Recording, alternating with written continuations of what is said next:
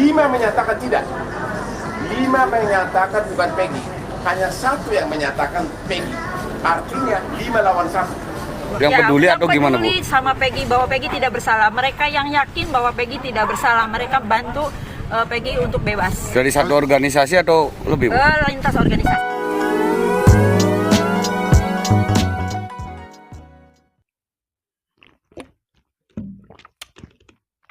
Saya sebenarnya juga pemerhati kasus ini ya sejak 2020-an ketika beberapa media meliput kasus tersebut. Saya penasaran dan cari-cari kejadiannya, sumber saya memang dari Google. Dari sana saya menemukan keanehan. Intinya kerasukan menjadi dasar ungkap kasus tersebut. Singkat cerita, muncullah film layar lebar yang hits yang diambil dari kasus ini. Dan istri saya pengen nonton, ya oke lah ya. Saya nonton nemenin istri nonton. Meski filmnya horor dan dari kasus nyata, saya pribadi rasa film ini memang tidak cocok dengan kenyataannya. Dramatisirnya kental banget dan malah citra dari korban menurut saya terluka. Saya bayangin jika korban itu adalah keluarga saya dan difilmkan sebagai hantu gentayangan. Takut sih enggak, tapi sedih lah ya.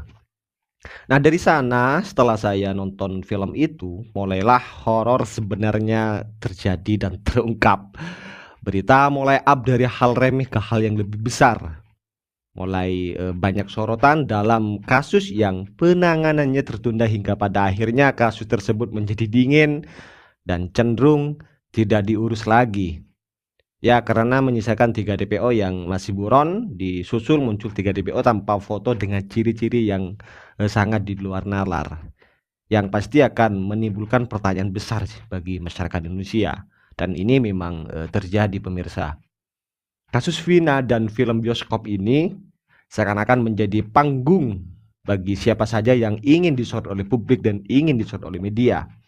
Dan memang benar panggung ini banyak dinaikin orang-orang yang ingin tampil.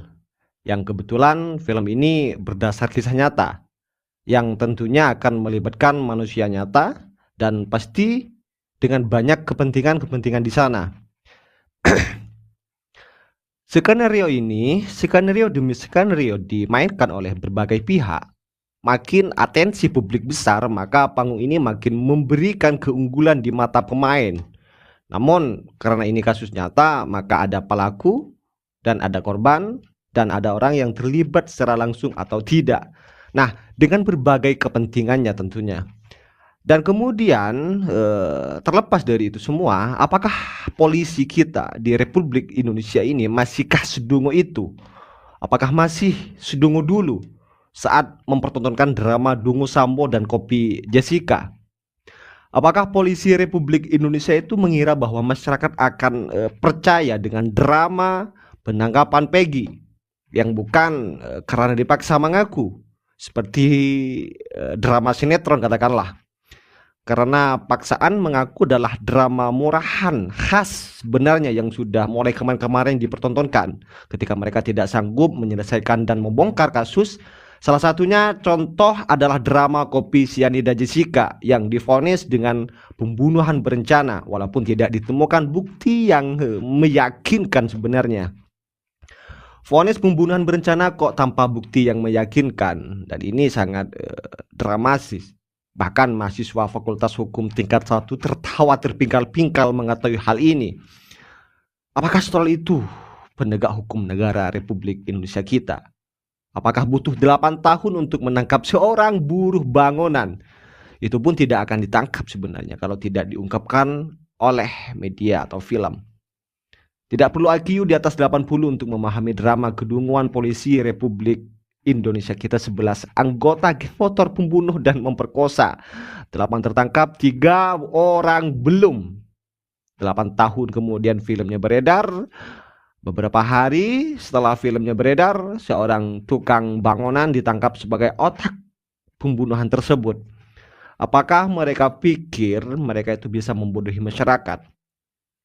Lihat siapa yang akan terpingkal-pingkal sekarang.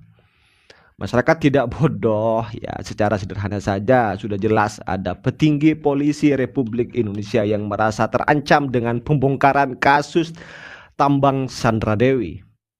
kejahatan Verdi Sambo itu belum selesai juga sudah terbongkar lagi kasus yang lebih besar. Polisi, apakah harus seperti ini terus penegakkan hukum di negara kita, di Republik Indonesia? Peggy ini ditetapkan sebagai tersangka DPO, sudah di BAP 6 orang dari terpidana, 5 menyatakan tidak, 5 menyatakan bukan Peggy, hanya 1 yang menyatakan Peggy, artinya 5 lawan 1. Jadi mana yang benar? Di sisi lain, sebanyak 42 pengacara yang tergabung dalam organisasi Lintas Advokat menyatakan siap membela Peggy Setiawan. Mereka datang dari berbagai daerah seperti Indramayu, Brebes, dan Jakarta. Ke-42 advokat ini meyakini Peggy Setiawan tidak terlibat. 40 lebih pengacara. Itu dari mana aja, Bu? Brebes, Indramayu, Bandung, Jakarta. Semua yang peduli, atau gimana, Bu? Peduli sama Peggy, bahwa Peggy tidak bersalah. Mereka yang yakin bahwa Peggy tidak bersalah. Mereka bantu Peggy untuk bebas. Dari satu organisasi atau lebih, Bu? Lintas organisasi. Lantas mengapa kini ramai-ramai banyak menyaksikan penetapan tersangka Peggy? Benarkah Peggy adalah otak kasus pembunuhan 8 tahun silam? Rekan-rekan itu terutama karena dia belas kasihan, terus kan dia sudah mengetahui bahwa alibi yang terdapat itu tuh ada dasarnya gitu loh, Mbak. Dan dia kasihan sama pelaku yang diduga, padahal dia bukan pelaku gitu loh, Mbak. Ya, dasarnya merasa bahwa Peggy bukan pelakunya gimana, Pak Jayani Kabo? Ya kan sudah jelas pada waktu kejadian itu Peggy tidak ada di tempat. Dan itu ada beberapa saksi dan bukti-bukti surat pembayaran yang sudah diituin ke Polda, kata rekan kita juga. Jadi sangat benar-benar salah sasaran kalau mengambilnya itu Peggy Setiawan, Mbak. Gitu tuh. Oke. DPO benar 3 ada, tapi bukan pelakunya itu bukan Peggy Setiawan, Mbak. Itu loh. Oke, kalau dirasa salah sasaran, Pak, pasti tentunya para pengacara ini sudah mengantongi barang bukti yang kuat. Apa saja yang sudah disiapkan? Oh, itu sudah ada sama tim kami untuk dalam persidangan, Mbak. Itu masih dirahasiakan. Dengan sangat hormat, mohon maaf. Belum bisa diizin, Mbak. Oke, baik. Nah, sekarang kita ingin ke Kompolnas. Pak Yusuf, bagaimana Anda menilai soal adanya rasa tidak percaya dari masyarakat, termasuk juga yang disuarakan oleh 42 lawyer ini yang membela Peggy Setiawan? Tanggapan dari Kompolnas seperti apa?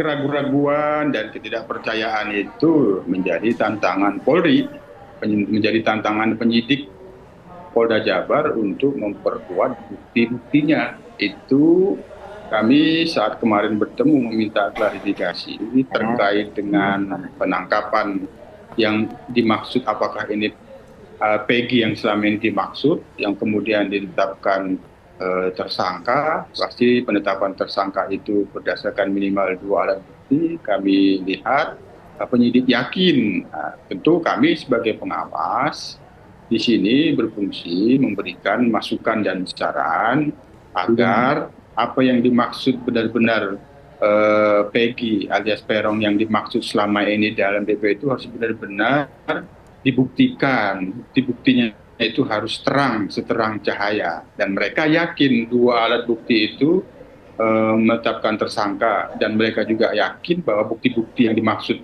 Peggy ini diduga sebagai pelakunya, mereka yakin. Nah, tentu sekarang Peggy sendiri kita hormati mendapatkan dukungan yang besar dari para advokat. Nah, advokat sendiri kan bagian dari penegakan hukum, yaitu itu bagus-bagus saja agar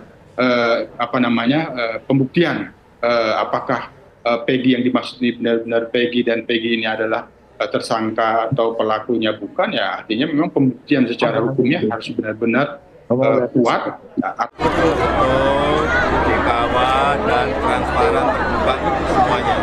Tidak ada yang perlu ditutup-tutupi. Kalau ada, ya